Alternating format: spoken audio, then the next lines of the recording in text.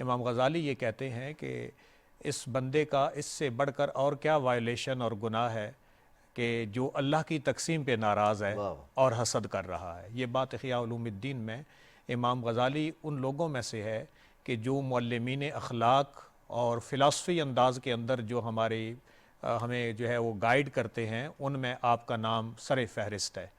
تو حسد ایک جس کو سائیکالوجی کے اندر کمپلیکس ایموشنز کے اندر شمار کیا گیا ہے, that is a kind of insecurity اور اے کائنڈ آف فیئر. کس چیز کا فیئر آف ریپلیسمنٹ ہے, اور اس کے بعد یہ فیئر ہے اس چیز کا کہ میری جگہ پہ یعنی کوئی اور نہ آ جائے. اس چیز کا فیئر ہے کہ یہ جو نعمتیں ہیں یہ مجھ سے کہیں چھن کے دوسرے کو تو نہیں مل رہی. تو یہ ایک ایسا پرابلم ہے کہ جس کے لیے اب باقاعدہ سائیکالوجی کے اندر جو ڈاکٹر ہیں وہ ایک تھراپی ریکمینڈ کرتے ہیں تاکہ اس بندے کو اس ٹراما سے نکالا جائے اور اسے نارمل انسان یعنی ایب نارملٹی سے نکال کے اس کو نارمل چیزوں کی جانب لایا جائے. تو بالکل ہمارے دین اسلام کے اندر حسد کے حوالے سے اگر ہم گفتگو کو فریم کرنا چاہیں تو آخری جو 2 صورتیں ہیں معوذتین وہ بہت بڑی رہنمائی کرتی ہیں کہ رسول رحمت صلی اللہ علیہ وآلہ وسلم کو اللہ تعالیٰ نے نبوت کا منصب عطا فرمایا. تو اس نبوت کا منصب عطا ہونے کے بعد آپ کے ساتھ دیگر لوگ جو آپ کے ابھرتے ہوئے مقامات کو دیکھ رہے تھے انہوں نے حسد کرنا شروع کیا اور یہ کہتے تھے کہ یہ نبوت ان کو کیوں دی گئی ہے جو یتیم ہیں, جن کی کیفیت یہ ہے, ہمیں کیوں نہیں دی گئی جو بڑے رؤسا کے گھر کے اندر بڑی بیلنس زندگی گزار رہے ہیں. تو رسول کریم نے ان کو وحی کے ذریعے ہی جواب دیا کہ ذالک فضل اللہ یؤتیہ من یشاء, یہ اللہ کا فضل ہے, یہ کوئی کسبی تو نہیں ہے کہ کوئی کماتا ہے خود, یہ تو وہبی چیز ہے, گاڈ گفٹڈ چیز ہے, جسے چاہتا ہے اللہ تعالیٰ عطا فرماتا ہے. بے شک جس طرح ڈاکٹر صاحب آپ نے بتایا کہ نبی کریم صلی اللہ علیہ وآلہ وسلم نے فرمایا کہ اللہ تعالیٰ جسے چاہتا ہے عطا کرتا ہے اور یہ اللہ پاک کا فضل ہے. مطلب انہوں نے آیت پڑھی نبی پاک صلی اللہ علیہ وسلم نے. یہ صحیح. تو ڈاکٹر صاحب ایک اور چیز میں آپ سے اس حوالے سے جاننا چاہوں گی جو الٹیمیٹلی لنک کرتی ہے حسد کے ساتھ. جس معاشرے میں ہم رہتے ہیں وہاں پہ ہماری سب سے بڑی غلطی بھی یہی ہوتی ہے کہ جب ہمیں کچھ ملتا ہے تو ہمیں لگتا ہے کہ یہ ہماری محنت کی وجہ سے یا ہماری قابلیت کی وجہ سے ملا ہے, اور جب کچھ چلا جاتا ہے کسی ہمارے دوست کے پاس سے یا ہمارے اہل خانہ میں ہم دیکھ رہے ہوتے ہیں یا ہم اپنے سرکل میں دیکھتے ہیں کہ کسی پہ کوئی ڈاؤن فال آیا ہے تو ہم کہتے ہیں اس میں وہ غلطی تھی اس وجہ سے اللہ نے سزا دی ہے. تو اس چیز پہ پرائیڈ لینا کہ جو ملا ہے وہ میری وجہ سے ملا ہے, کیا لینا چاہیے, ایسا ہے یا یہ صرف فضل ہوتا ہے اور یہ ایک بہت بڑا گناہ ہے کہ پرائیڈ لیا جائے کہ یہ صرف میری محنت ہے؟ آپ نے جتنی بات کی ہے یہ ساری کی ساری اللہ تعالیٰ نے سورہ بنی اسرائیل کی ایک آیت میں انسان کے رویوں کے بارے جہاں گفتگو کی ہے اور اس کی تہذیب کے بارے اللہ تعالیٰ نے منہج قرآنی ہمیں دیا ہے, وہاں پہ ایک پوری آیت ہے جو اس کو ریپریزنٹ کرتی ہے کہ یہ انسان کی جو نیچر ہے مقام مذمت پہ اللہ نے کیا ہے کہ یعنی یہ رویہ قابل قبول نہیں ہے, مقام مدح میں بیان نہیں کیا. اور اللہ فرماتا ہے وَإِذَا أَنْعَمْنَا عَلَى الْإِنسَانِ أَعْرَضَ وَنَأَىٰ بِجَانِبِهِ وَإِذَا مَسَّهُ الشَّرُّ كَانَ يَئُوسًا, کہ جب ہم انسان پہ انعام کرتے ہیں تو وہ اپنا دامن چھڑاتا ہے, سائیڈ پہ ہوتا ہے, وَنَأَىٰ بِجَانِبِهِ کہتا ہے پیچھے ہو جائیں, اور جب اس کے اوپر کوئی تکلیف مصیبت آتی ہے تو پھر اس صورت میں وہ جزا فضا کرتا ہے اور ایسا رویہ اپناتا ہے جو آپ بتا رہی ہیں. تو اس لیے جو ہمارا خالق ہے جس نے خود ہماری تخلیق کی ہے اس نے ہماری اس ناشکری کے جذبے کو اسی انداز میں بیان کیا ہے. یہ بالکل غلط رویہ ہے. اللہ تعالیٰ جب ایک انسان کو کامیابی عطا کر دیتا ہے تو اس میں وہ کریڈٹ اللہ تعالیٰ کی ذات کو دینا چاہیے کہ جو مجھے خیر پہنچتی ہے من جانب اللہ پہنچتی ہے. اور قرآن کریم نے بتایا ہے کہ جو تمہیں کسی وجہ سے ٹرائل میں ہوتے ہو تم یا مصیبت میں ہوتے ہو تو بما کسبت ایدیکم یا ایدیہم کے بھی الفاظ آئے ہیں کہ یہ تمہارے اپنے بما یکسبون, وہ جو کماتے ہیں خود اپنے کرتوتوں کی وجہ سے ہوتا ہے. تو اس لیے ہمیں ایک چیز ملحوظ خاطر رکھنی چاہیے کہ اللہ تعالیٰ نے یہ پوری دنیا عالم اسباب بنایا ہے اور عالم اسباب کا محتاج ہے. ان اسباب کے نتائج یعنی جو کاز اور ایفیکٹ کی بات جو ہوتی ہے ان کے نتائج اللہ نے اپنی ذات کے پاس رکھے ہیں اور اللہ نے کچھ قوامیس فطرت نیچرل لاز بنا دیے ہیں جس کے مطابق میجارٹی دنیا کا نظام چلتا ہے. جیسے انتم الاعلون ان کنتم مومنین, بلندیاں تمہارا انتظار کر رہی ہیں, مومن تم بن کے آؤ. اسی طرح اور بھی بہت سارے قوانین ہیں کہ اسباب ڈھونڈنا یہ حکمت کے تحت ہے. اللہ نے ہمیں ان اسباب کے اوپر جو ہے وہ اختیار کرنے کا حکم عطا فرمایا ہے، اور نتائج اللہ کی ذات کے پاس ہے۔ اچھا مزے کی بات اس میں یہ بتائیں کہ بندہ بطور بندہ اسباب ڈھونڈتا بھی ہے، نتیجہ نہیں ہوتا، ماں باپ ہوتے ہیں اولاد نہیں ہوتی، اور جہاں پہ اللہ کا یہ عالم فطرت ہے، اور جو عالم قدرت ہے اللہ تعالیٰ اسباب کے بغیر بھی نتائج لے آتا ہے۔ ماں باپ کے بغیر بھی اللہ تعالیٰ نے تخلیق حضرت آدم کی حضرت صالح کی اونٹنی بطور معجزہ آئی۔ تو ہم محتاج ہیں عالم فطرت کے اندر ان اسباب کے، اللہ کی ذات اپنے عالم قدرت کے اعتبار سے ان اسباب کی محتاج نہیں ہے۔ اس لیے بندے کو اس حسد کی بابت بھی اللہ کی ذات پہ جب وہ توکل کرتا ہے، اس کی تقسیم پہ راضی رہتا ہے، اور یہ کانسیپٹ رکھتا ہے جو گفتگو ابھی آپ نے چھیڑی ہے، تو یہ بہترین ٹریٹمنٹ ہے عقیدے کے حوالے سے کہ ایک بندہ رب کی تقسیم پہ راضی برضا ہے تو وہ اس کی تقسیم پہ انگلی نہیں اٹھاتا، اور جب تقسیم پہ انگلی نہیں اٹھاتا تو حسد خود بخود ہی ختم ہو جاتا۔ تو یہ ہم ڈاکٹر صاحب میں ہوں اور جو میرے اعمال ہیں یا پھر میرے آس پاس کے جو لوگ ہیں، میرے اپنے بہن بھائی، میرے اپنے دوست احباب، ان کو ترقی ملتی ہے، کامیابی ملتی ہے، تو کیسے پتہ چلے گا کہ میرے دل میں حسد یا بغض پیدا ہو رہا ہے، اور کیسے روکوں اس کو؟ دیکھیں آج کل کے جو سائیکالوجسٹ ہیں، جیسے حکمت جو ہے نا، الکلمۃ الحکمت دالۃ المؤمن فحیث وجدہا فہو حق بہا، حدیث پاک ہے۔ حکمت کی بات مومن کی گم شدہ میراث ہے، جہاں پائے اسے چاہیے کہ اپنائے۔ جدید سائیکالوجی کے اندر بہت سارے میتھڈ اس وقت جو ہے وہ آ چکے ہیں، جو ایک انسان کا پوری اس کی سکریننگ بیہیویئر کی بھی کر دیتے ہیں اور انسان کے رویوں کی بھی کر دیتے ہیں۔ میں خود ایز اے سوشل سائنٹسٹ، ہم ڈیفرنٹ سرویز کنڈکٹ کرواتے ہیں بچوں کے، جب ریسرچ انہیں کرواتے ہیں، M S P H D کی یا ویسے پیپر کرواتے ہیں، اس میں ہمارے پاس بہت سارے میئرز ہوتے ہیں جن پہ ہم کویسچنز ان کو لنک کرتے ہیں ویریبلز کے ساتھ۔ اس میں بندے کی پسند ہاں نہیں کا یا لیکٹ سکیل کے اوپر وہ لوگ اٹھاتے ہیں، تو ہم اسیسمنٹ ہماری ہو جاتی ہے کہ یہ بندہ کیا سوچ رہا ہے، یہ کیا کرنا چاہتا ہے۔ تو ایک تو ان جدید چیزوں کو استعمال کیا جا سکتا ہے۔ جدید سائیکالوجی کے اندر ایک ریشنل جیلسی کا بتایا گیا ہے، اور ایک سبلنگ جیلسی کا بتایا گیا ہے، اور ایک ریشنل جیلسی کا بتایا گیا ہے۔